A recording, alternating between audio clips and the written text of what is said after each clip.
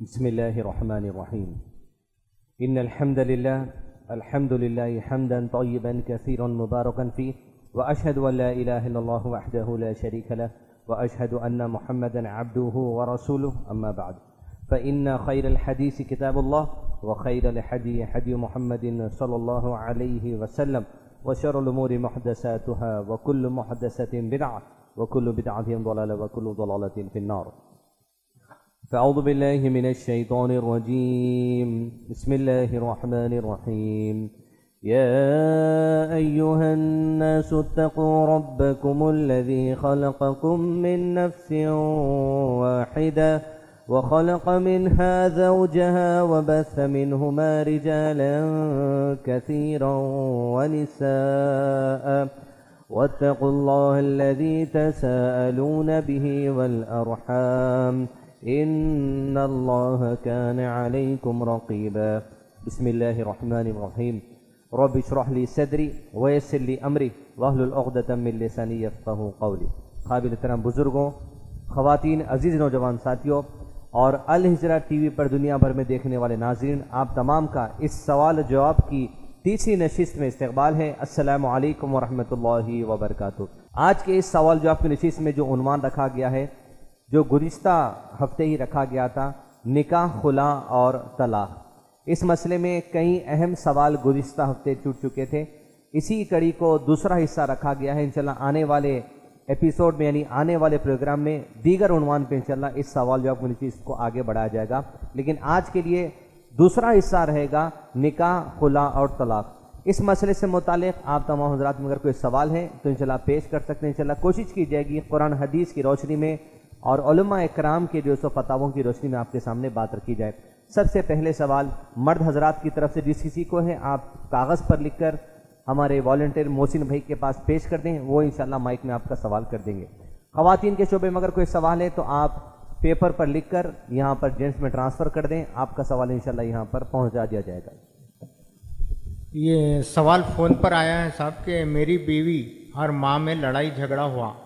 بیوی نے گالی گلوچ دینا شروع کیا تو میں نے مارا اور پھر دکان پر چلا گیا اور سوچنے لگا کہ صرف ڈرانے کے لیے 3 مرتبہ طلاق لکھ دوں. نیت اور ارادہ دل میں ڈرانے کا تھا. اسے لفافے میں بند کر الماری پر رکھ دیا. اس کے ہاتھ میں بھی نہیں دیا، وہ سوئی ہوئی تھی. کیا ایسی حالت میں طلاق ہو جاتی ہے؟ سوال کو جیسا آپ لوگوں نے سنا کہ شوہر نے صرف بیوی کو ڈرانے کے خاطر جو 3 مرتبہ طلاق پرچے پر لکھ دی اور لکھ کر اس کو گھر کے کسی حصے میں رکھ دیا. رکھنے کے بعد جو بیوی نے اسے پڑھ لیا. صرف شوہر ڈرانا چاہتے تھے. اللہ کے رسول صلی اللہ علیہ وسلم کی اس معاملے میں حدیث آتی ہے کہ آپ صلی اللہ علیہ وسلم نے فرمایا 3 چیزیں ایسی ہیں جو مذاق میں بھی اگر کر دی جائے تو عمل میں آ جاتی ہیں، جس میں سب سے پہلا ہے غلام کو آزاد کرنا. اب چونکہ زمانے میں غلام نہیں ہے، جس رسول اللہ علیہ وسلم کے زمانے میں جہاں غلام ہوا کرتے تھے لوگوں کے پاس، اگر آقا مالک اور غلام کو مذاق سے بھی کہتے میں نے تجھے آزاد کر دیا تو اسلام کی نظر میں اسے جو آزاد کرنا قبول کر لیا جاتا. اور دوسرا آپ صلی اللہ علیہ وسلم نے فرمایا کہ نکاح مذاق میں بھی، اگر آدمی مذاق میں بھی یا باپ یا بھائی یا ولی اگر یہ کہہ دے کہ میں نے اپنی لڑکی کا نکاح آپ سے کروا دیا ہے عوض مہر، مذاق میں بھی اگر کر دے، رسول اللہ صلی اللہ علیہ وسلم نے فرمایا یہ چیز اللہ سبحانہ وتعالی کے قریب کاؤنٹ میں آ جاتی ہے. اور تیسری بات آپ صلی اللہ علیہ وسلم نے فرمائی طلاق، یہ اگر مذاق میں بھی دے دی جائے تو یہ طلاق کاؤنٹ میں آ جاتی ہے. آپ ستانے کی نیت سے کرے ہوں گے، چھیڑنے کی نیت سے کرے ہوں گے یا ڈرانے کی نیت سے کرے ہوں گے، اللہ سبحانہ و تعالیٰ کے قریب یہ ایسی باتیں ہیں جس کو اللہ سبحانہ و تعالیٰ قبول کر لیتے ہیں، جس کو اللہ سبحانہ و تعالیٰ کے قریب یہ بات قبول کر لی جاتی ہے اگر مذاق میں بھی بات کی ہی جائے تو. چاہے آپ رکھ کر کریں یا فون پر کریں یا انٹرنیٹ پر کریں یا کسی بھی ذریعے سے کریں، چاہے وہ مذاق ہو یا سیریس ہو، آپ کی نظر میں طلاق کاؤنٹ میں آ جاتی ہے. لہٰذا جب اس طرح کے معاملہ ہو چکے، جیسا کہ سوال کیا گیا، آدمی نے کاغذ رکھ کر چلا گیا تو یہ آدمی کی زندگی کی 1 طلاق کاؤنٹ ہو چکی. اگر اسی طرح آدمی پھر اگر زندگی میں مذاق کرے گا تو 2 مرتبہ طلاق کاؤنٹ ہو جائے گی.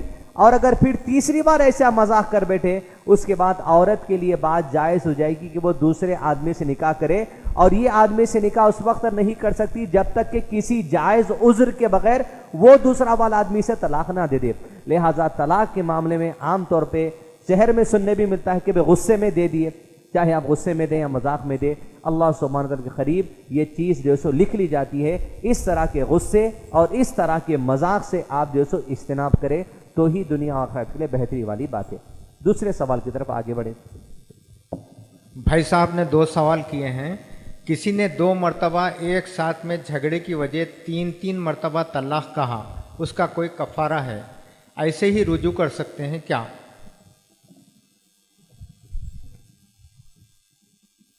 جیسے آپ نے سوال سنا کہ آدمی نے اپنی بیوی کو جو سو طلاق دے دی، 2 مرتبہ کہا، اس کے لیے رجوع کرنے کے لیے کچھ کفارہ ہے کیا؟ پہلی چیز یہ، اگر آدمی اپنی بیوی کو کسی بھی طریقے سے اگر طلاق دے دیں تو اس کی عدت کے بارے میں اللہ سبحانہ وتعالیٰ نے قرآن مجید میں فرمایا کہ عورتیں اپنے آپ کو 3 حیض تک روکے رکھیں، یعنی 3 ماہواری اس کی عدت ہے۔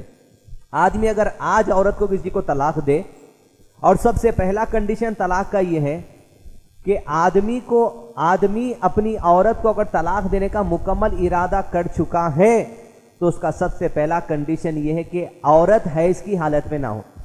حیض کی حالت میں طلاق دینے کی ممانعت ہے۔ جب عورت جو سو پاک ہو جائے اس وقت آدمی کو طلاق دینی چاہیے، پہلی بات۔